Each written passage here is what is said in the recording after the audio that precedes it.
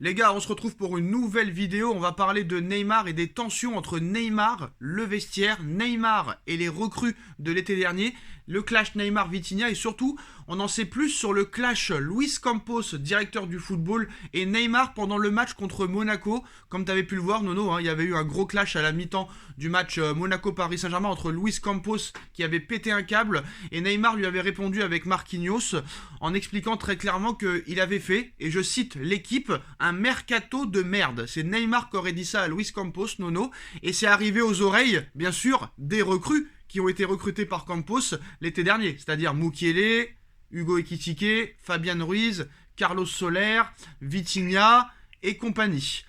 Maintenant, apparemment, on nous a expliqué lors de la blessure de Neymar que l'effectif était plutôt content, enfin que certains joueurs étaient plutôt contents de l'indisponibilité de Neymar et qu'ils espéraient qu'il reviendrait le plus tard possible. Qu'est-ce que tu penses de cette information, Nono? Est-ce que là, très clairement, maintenant, les recrues vont être contre Neymar? Il y a quand même eu 6 recrues l'été dernier. Je rajoute aussi Renato Sanchez, c'est la 6e recrue. On a vu aussi qu'Hugo Ekitike, apparemment, il y a des problèmes dans le vestiaire aussi. Il y a eu le clash Vitinha-Neymar. Et quand il a crié Neymar à la mi-temps, les gens, ils comprennent. Hein. Et très clairement, c'est arrivé aux oreilles des recrues. Est-ce que là, très clairement, maintenant, Neymar va être rejeté par une partie du vestiaire? Non, moi j'ai bien peur que ça se tourne mal pour lui, parce qu'on s'est aperçu à Marseille, imagine-toi, Neymar absent, les deux milieux complètement libérés, donc ça va créer des problèmes. À côté de ça, Neymar qui n'a rien dans la tête, on le sait. Neymar qui peut partir en vrille à n'importe quel moment, on le sait. Et puis voilà quoi. Donc il y a un gros problème Neymar qui va se poser dans les jours à venir. Et qu'est-ce que tu penses de cette phrase assassine qu'aurait dit Neymar à Campos à la mi-temps du match contre Monaco en disant ton mercato de merde là nous met dans la merde en fait. Je te le dis, il a rien dans la tronche. Il a rien dans la tronche. Tu le dis pas ça dans un vestiaire. Tu le dis pas. Surtout que ça arrive aux oreilles des recrues. Mais bien sûr.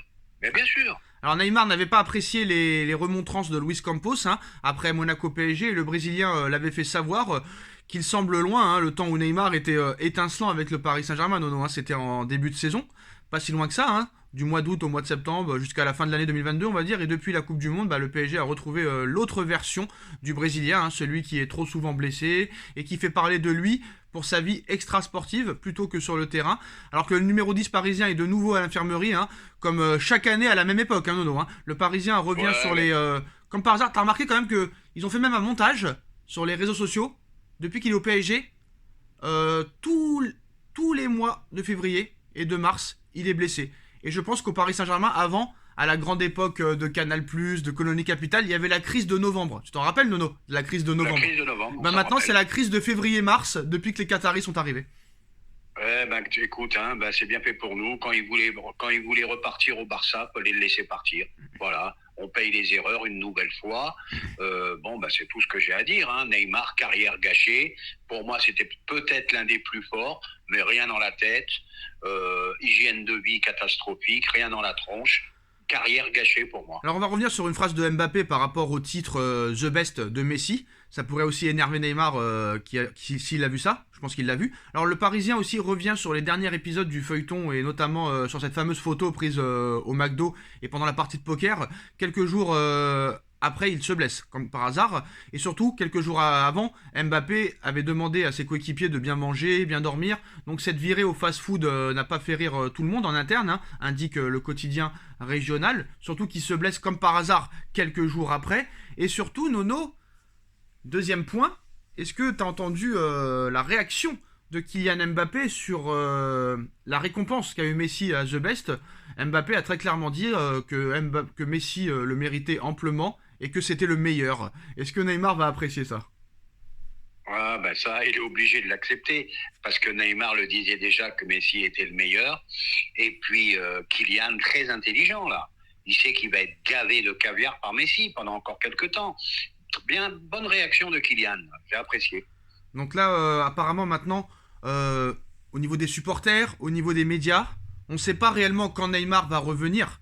Après, c'est sûr que si tu es éliminé en Ligue des Champions, le débat ne se posera plus sur cette saison-là, parce qu'il restera plus que la Ligue 1. Mais admettons que le Paris Saint-Germain réussisse l'exploit de se qualifier contre le Bayern et que Neymar revient juste après et que Neymar, admettons, soit disponible pour un éventuel quart de finale de Ligue des Champions. Tout le monde est en train de nous expliquer, et maintenant nous aussi on est, on va dire, de cet avis. Est-ce que Galtier doit avoir les couilles de dire, écoute mon grand, là tu vas t'asseoir un petit peu sur le banc? Ah bah là maintenant, il va falloir trancher, tout simplement. Hein. À Galtier, comme tu as dit, de montrer ses couilles. Et point final, hein, faut arrêter. On va pas recommencer tous les 15 jours. C'est tout, c'est tout. Voilà, il a renforcé le milieu de terrain, on en avait besoin.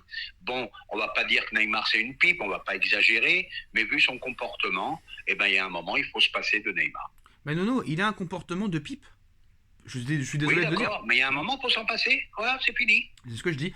C'est ce que je dis. Et bon, petite info aussi comme ça. Je pense que tu es bien sur. T'as bien vu la saison. Enfin, tu vois bien la saison exceptionnelle qui est en train de faire le Napoli, que ce soit en Ligue des Champions, que ce soit en Serie A. Plus de 18 points d'avance. Et comme tu sais, apparemment, il y a une enveloppe très conséquente du côté du Real Madrid l'été prochain. On a vu qu'ils sont sur plusieurs joueurs. Par exemple, Bellingham de Dortmund ou Alphonso Davies du FC Barcelone. Mais il va falloir trouver aussi un attaquant, malgré les bonnes performances de Benzema, de Vinicius Junior et compagnie. Et apparemment, Florentino Pérez est fan de Victor Osimhen. Et le Real Madrid serait prêt à sortir le chéquier pour Victor Osimhen. Le prix demandé par Naples, 160 millions d'euros. Ouais, bah, ils peuvent les mettre, et puis ça les vaut. Phénomène, je pense. Excusez-moi.